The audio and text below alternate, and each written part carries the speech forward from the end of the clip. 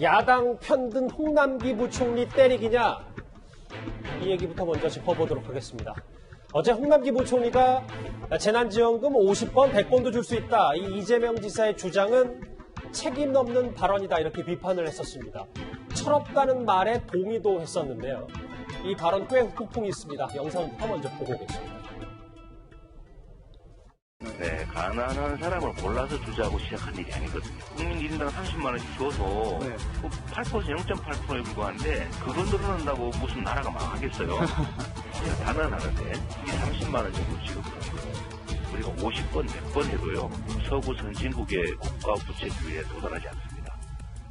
이재명 도지사께서는 전 국민 30만 원씩 50번, 100번을 줘도 재정 건전성에서 우려할 필요가 없다라는 얘기를 하시는데 이건 책임 없는 발언입니다. 그렇죠? 네. 아주 철없는 얘기죠? 예, 저는 그렇게 생각합니다. 그게 저도 그렇게 생각합니다. 자칫 잘못하면 국민들에게 좀 오해의 소지를 줄 수 있는 발언이고요. 영상으로 만나보신 홍남기 부총리의 저 발언 바로 이후에 이재명 지사가 본인 SNS에 이런 얘기를 했습니다. 철이 없다는 통합당 주장에 동조하면서 책임 없는 발언이라 비난한 건 당황스럽다. 저는 철이 들도록 노력하겠습니다. 이렇게 글쎄요. 이재명 지사 좀 약간 비꼬듯이 좀 화가 단단히 난 것 같아요. 참 비아냥거리는 듯한 이야기를 하셨는데 참 저는 우리나라의 중요한 리더들이 어떤 문제에 대해서 접근하는 방식을 보면 한 두 마디 정도 오가면 싸움부터 시작합니다. 이렇게 되면요. 예를 들어서 이 문제 같은 경우는 충분히 논의할 수 있는 문제 아니겠어요? 이재명 지사가 뭐 50배, 뭐 100번이나 줄 수 있다 이야기를 하는데 그렇다면 그 돈은 도대체 어디서 나올 것이며 국가 재정을 어떻게 할 것이냐 이런 부분에 대한 논의를 좀 할 수 있는 거 아니겠습니까? 자, 근데 이제 이걸 홍남기 부총리가 야당 의원 질의에 동조하는 이야기를 했다고 해서 또 여당 의원들과 지금 이재명 지사가 지금 홍남기 부총리를 집중적으로 또 공격을 하고 있습니다. 자, 이런 모습을 보면 도대체 우리 사회에서의 토론은 가능한 것인지, 논의는 가능한 것인지, 이런 데 대한 정말 깊은 회의를 할 수밖에 없어요. 조금이라도 자기와 다른 뜻을 이야기를 하면 집중적으로 그 사람에 대해서 공격을 해버리면 앞으로 이런 문제에 대해서 홍남기 부총리가 무슨 이야기를 하겠습니까? 자, 홍 부총리 입장에서는 국관직입니다. 자, 우리나라의 국관을 지키는 최후의 보루예요. 자, 그런 분 입장에서 보면, 아니, 지금 지지율 뭐 1, 2를 다투고 있는 이 지사가 방송에 나가서 50번, 100번 줄 수 있다 이야기를 하면 당연히 이건 말이 안 된다고 이야기를 해야 되지 않겠습니까? 예. 그러면 또 왜 안 되는지 이런 부분에 대해서 논의를 할 수 있는 거 아니겠어요? 그렇다고 해서 지금 부총리한테 비양되듯이 철들게 하겠습니다 이야기를 하고 또 여당 의원들이 나서서 홍남기 부총리한테 공격을 저렇게 한다는 게 이렇게 되면요. 우리 사회는 정말 논의할 수 있는 장이 없습니다. 어제 이 해당 발언으로 논란의 중심에 선 홍남기 부총리가 오늘 국회 기재위 전체 회의에 참석을 했습니다. 홍 부총리 오늘은 이런 말을 했습니다. 철이 있다 없다 이 얘기는 제가 거기에 대해서 답변한 건 아니고요. 책임이 있는 발언은 아니신 것 같다는 걸 강조해서 말씀드린 것이고요. 일반 국민들이 많은 오해의 소지가 있겠다 하는 걸 제가 강조해드린 것이고요. 제가 어제 경기도지사에게 철이 있다 없다에 대해서 얘기를 하겠습니까? 이게 갑자기 논란이 이재명 지사 철이 있냐 없냐 뭐 이 논란으로 좀 번지는 것 같은데 이준석 의원님 근데 이 얼마나 후폭풍이 좀 있냐면 실제로 여기 보시는 진성준 의원부터 해서 이상민 의원까지 홍남기 부총리 답변 경솔하다 언행에 신중해라 무대책이고 무책임하다 국민 모독한 거다. 글쎄요 뭐 홍남기 부총리 때리기에 본격적으로 좀 시작을 한 것 같은데요. 원래 가장 힘들 때가 맞는 말 할 때입니다. 맞는 말 했을 때 이제 저런 어떤 태도나 매너를 문제 삼아가지고 이제 공격을 들어오는 경우가 있거든요. 예. 지금 뭐 만약 진성준 의원부터 해가지고 뭐 이규민 의원, 이상민 의원 전부 다 그러면 홍남기 부총리가 이야기했던 어떤 재정에 부담을 줄 수 있다는 취지의 발언에 대해 가지고 반박을 못 하고 있거든요. 근데 지금 저는 정부 여당에서 사실상 딜레마에 좀 빠진 부분이 있다 이렇게 봅니다. 왜냐하면 당장 이낙연 당대표의 입장과 지금 이재명 지사의 입장도 충돌하는 것처럼 보이고요.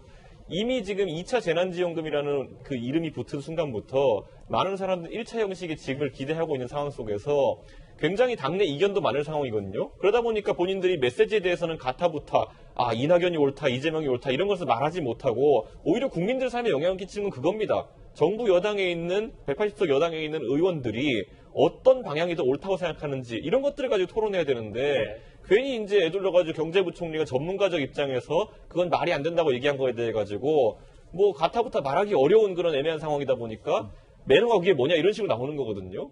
저는 뭐 홍남기 부총리가 그럼 약간 말을 바꿔가지고 이재명 지사가 경제적으로 무지하다 생각한다 이러면은 뭐 어떻게 할 겁니까?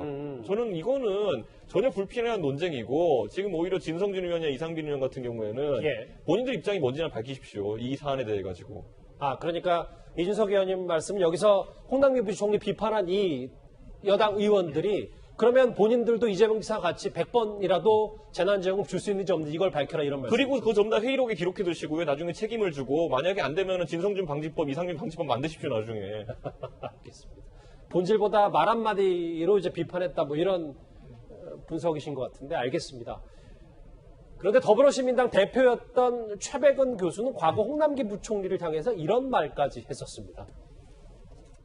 그게 지금 그러니까 그 잘못된 주술에들 걸려 계시는데 그리고 일부 정치인들은 무지의 결과고요. 기재부에서는 1차 때도 예. 선별적으로 맞죠? 줘야 된다. 안 그렇습니다. 계속 안 주려고 계속 그렇었죠. 버텼죠. 그러다가 타이밍도 놓치고 예. 예? 그러다 보니까 효과도 그러니까 적게 나타나고 그렇게 됐죠. 지금 조금 돌이켜보면요, 장혜철 평론가님. 이렇게 오늘 홍남기 부총리 때리기에 전사적으로 여당 의원들이 나선 게 과거부터 그러니까 이해찬 당시 대표가 홍남기 부총리 경질해야 되냐 마냐 뭐 이런 얘기도 있었고 그러니까 그러니까 여당의 경제 정책과 실제로 정부의 생각, 홍남기 부총리 생각이 다르니까 이렇게 더 때리는 거 아니냐라는 분석도 가능한 겁니까? 그렇죠. 1차 긴급 재난금 지원 문제를 놓고 그리고 추경안 편성 문제를 놓고 지난 3월에 이해찬 전 대표가 공공연하게 공식 석상에서 홍남기 이 부총리에 대해서 해임 건의안 발의할 수도 있다는 이야기를 한 것으로 언론 보도가 나왔잖아요. 갈등이 지금 다시 되풀이되고 있는 모양새인데 그런데 이 이전을 저는 좀 거슬러 올라가 봤으면 좋겠습니다. 홍남기 부총리 이전의 경제부총리가 바로 김동연 전 부총리였습니다. 그렇죠. 그때 청와대 장하성 전 정책실장과 마찰이 있다, 불화설이다, 굉장히 떠들썩하지 않았습니까? 그런데 이 김동연 전 부총리가 이 정부 여당과 청와대의 경제정책에 각을 세우면서 대체 투자로 투입된 게 바로 지금의 홍남기 부총리거든요. 근데 홍남기 부총리 이 정치권 내에서 예스맨이라는 별명이 있을 정도로 정부 정책이나 청와대 정책에 잘 호응한다는 평가가 많았습니다. 예. 그런데 김동연 전 부총리를 대체한 예스맨이라고 일각에서 불리우는 홍남기 부총리마저도 이제 정부 여당의 어떤 무리한 확장적 재정 정책에 쓴소리를 하고 있는데 이 홍남기 부총리를 해임시키면 그 다음 타자는 대체 누가 올 것인가? 거기에 대해서 저는 대안이 참 마땅치 않을 거라는 게 여당과 청와대의 고민이라고 생각이 들고요. 예.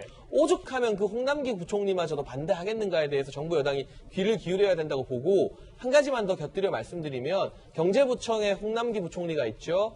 그리고 사정기관의 윤석열 총장, 감사원 최재형 감사원장 전부 다 이 정부에서 입이 마르도록 극찬하면서 임명한 사람들과 예. 지금 하나둘 각을 세운 이 모양새가 예. 과연 이 박근혜 정부에서 임명한 인사들이 아니잖아요. 예. 본인들이 임명시켜놓고 흔드는 이 모양새가 국민들이 봤을 때 굉장히 많은 불안감과 혼란을 야기하게 않을지 한번 되돌아볼 필요가 있는 시점 같습니다.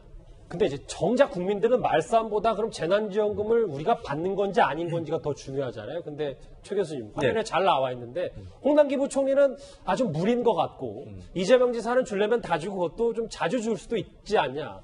근데 오늘 제1야당 대표와 여당 대표가 만나서 선별 지급 저소득층에 특별 지원하는 걸로 합의를 좀 한 것 같더라고요. 그렇죠. 왜냐하면 이낙연 대표 같은 경우는 잘 아시는 것처럼 대표 경선에 나와서도 그 얘기를 하셨어요. 계속 선별 지급을 하자라고 주장을 했기 때문에 그 점에서 김종인 비대위원장도 4차 추경에서 어느 정도 합의를 했고 거기에 대해서 긍정적인 평가를 하고 있고 그래서 선별 지급 4차 추경하고 선별 지급하는 것에 대해서는 두 대표는 제가 보기에 비상대책위원장하고 이낙연 대표는 합의가 된 걸로 보입니다. 그래서 추진될 가능성이 높다고 보여지고요. 그래서 제가 볼 때는 뭐 지급하는 것 자체는 문제가 없을 것 같아요. 다만 여당 내에서 이낙연 대표 의견을 달리하는 의원들이 좀 있는 것 같아요. 네. 그런 부분 때문에 논쟁이 있을 가능성은 충분히 있다고 보여지고요. 뭐 대표가 그런 의지를 갖고 있더라도 그럼 뭐 대표가 그걸 추진하려면 설득을 해야 되잖아요. 의원들을. 그렇지 않으면 사실 내부 반발이 커지면 그래도 밀어붙이기가 상당히 어렵기 때문에 정치력이 발휘가 돼야 되겠죠. 본인이 이제 대표로서 어떤 정치력을 발휘할지 좀 지켜봐야 될 것 같습니다. 추석 전후로 이제 두 번째 재난지원금이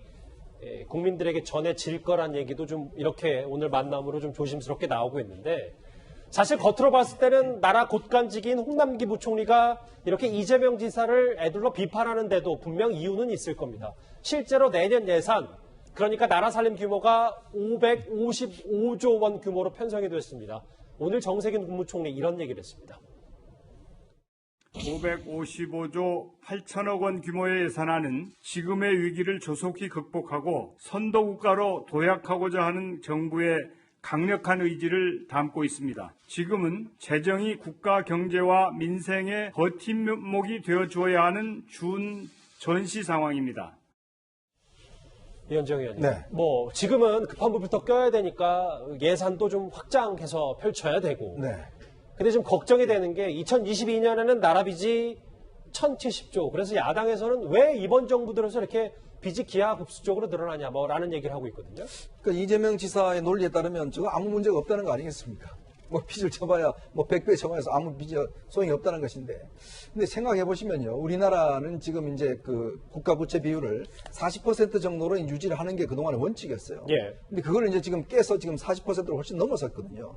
근데 지금 올 내년만 하더라도 지금 올해보다 8.5%나 굉장히 슈퍼 예산이 편성이 돼 있습니다. 그리고 이제 국가 부채가 거의 1000조 가까이 지금 국채를 90조 원 이상을 이제 발행한다는 거거든요. 물론 뭐 이게 경제가 어렵고 지금 코로나 국면에서 확장적 재정을 할 수밖에 없을 겁니다.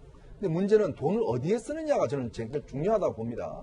지금 사실은 우리가 100조를 들여서 그동안 어쩌면 일자리를 지금 하겠다고 해왔는데 예. 그동안 일자리가 늘었다는 걸 실감하십니까? 대부분 보면 일용직 일자리라든지 어떤 면에서 보면 좀 지속 가능하지 않는 일자리에만 많은 투자를 했어요. 그리고 이번에도 보면 사회복지 비용이 거의 30%가 넘게 지금 투자가 되고 있습니다. 더군다나 지금 내년부터 고교생 지금 의무 교육을 한다는 거 아니겠습니까? 자, 이렇게 지금 국가 재정이 지금 어떤 면에서 어려운 상황에서 과연 그걸 지금까지 할 필요가 있을까에 대한 의문이 있는 거죠. 왜냐하면 지금 이 부채를 쌓이면 누가 갚겠습니까?